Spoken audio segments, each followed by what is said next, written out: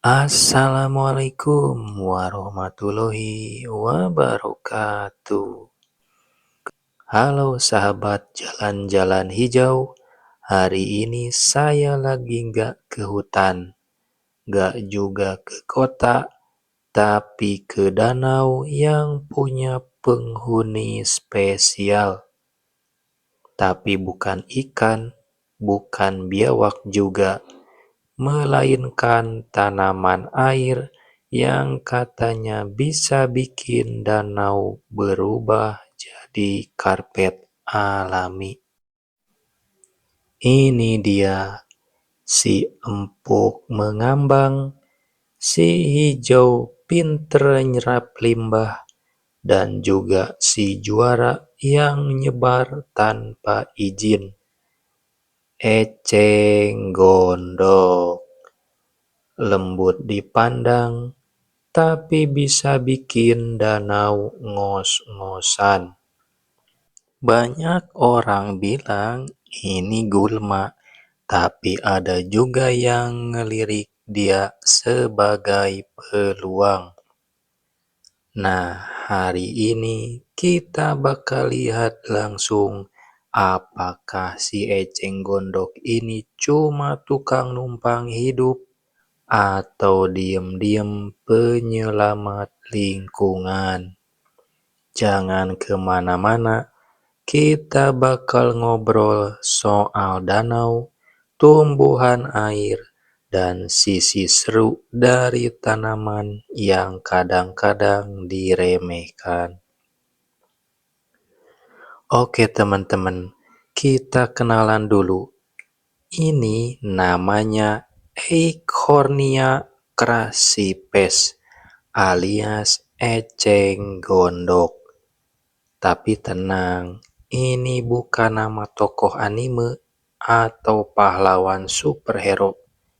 Ini tanaman air asli dari Sungai Amazon Amerika Selatan yang dibawa pada abad ke-20 ke Indonesia oleh kolonial Belanda. Awalnya dibawa buat tanaman hias, soalnya bunganya cantik banget. Tapi ternyata dia nggak bisa diem. Sekali tumbuh, nyebarnya bisa kayak kabar gosip tetangga. Cepet banget. Nah, ini masalahnya. Si hijau ini suka ngumpul rame-rame, numpuk di permukaan air sampai danau susah nafas. Akibatnya cahaya matahari nggak masuk, tanaman air di bawahnya mati, ikan-ikan panik, dan air bisa bau. Bahkan saking padatnya, perahu nelayan nggak bisa jalan alias nyangkut. Tapi jangan salah dulu, ternyata banyak warga sini juga yang manfaatin eceng gondok buat hal-hal keren. Oke, sekarang kita masuk ke bagian seru. Jadi, tanaman ini tuh sebenarnya kayak pisau bermata dua. Bisa bermanfaat, tapi juga bisa bikin pusing 7 keliling.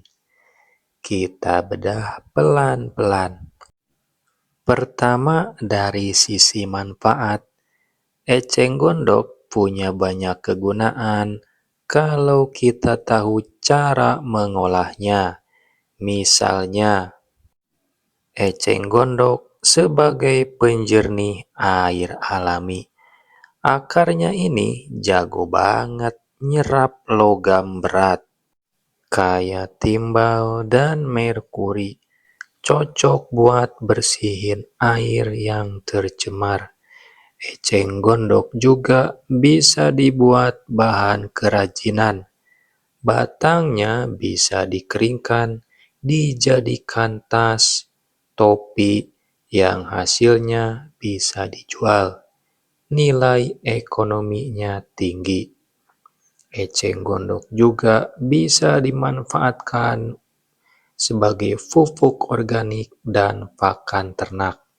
Setelah difermentasi, bisa jadi pupuk yang bagus buat tanah dan makanan buat kambing atau ikan.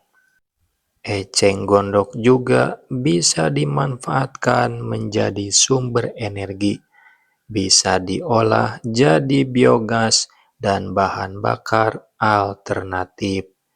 Jadi jangan salah, di balik penampilannya yang kayak tanaman pengangguran mengambang, ternyata dia bisa kerja juga. Kita lanjut ke sisi dampak negatifnya. Kalau dibiarkan, si eceng gondok ini bisa berubah menjadi tamu tak diundang yang maksa tinggal selamanya. Yang pertama, nutupin danau. Air susah kelihatan, cahaya matahari gak masuk, tanaman air di bawahnya mati. Yang kedua, oksigen berkurang. Ikan-ikan bisa stres, ngambek, bahkan mati karena oksigennya habis. Yang ketiga, menjadi sarang nyamuk. Air tenang di antara batangnya jadi tempat nyamuk berkembang biak. Intinya, dia kayak temen yang kalau diajak bareng, hasilnya keren. Tapi kalau dibiarin, semuanya malah bikin ribet satu kampung. Kesimpulannya, eceng gondok itu ibarat pisau. Bisa bantu masak kalau dipakai benar. Bisa nyakitin kalau asal tebas. Dikelola dengan baik bisa jadi solusi buat air bersih, energi, pupuk, bahkan peluang usaha kerajinan. Tapi kalau dibiarin tanpa pengawasan, ya dia bisa jadi perusak ekosistem dan bikin danau gak bisa nafas. Nah, pilihan ada di tangan kita semua. Mau lihat eceng gondok sebagai hama atau sebagai peluang? Terima kasih sudah nemenin jalan-jalan hari ini.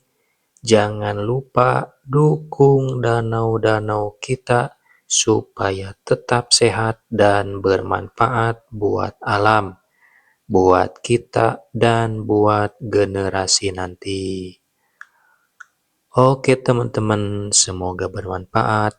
Tetap ikuti jalan-jalan berikutnya. Seperti biasa, kita berdoa terlebih dahulu. Semoga selalu diberi kesehatan dan keselamatan, dan selalu dilancarkan dalam segala urusan dan kerjaannya. Assalamualaikum warahmatullahi wabarakatuh.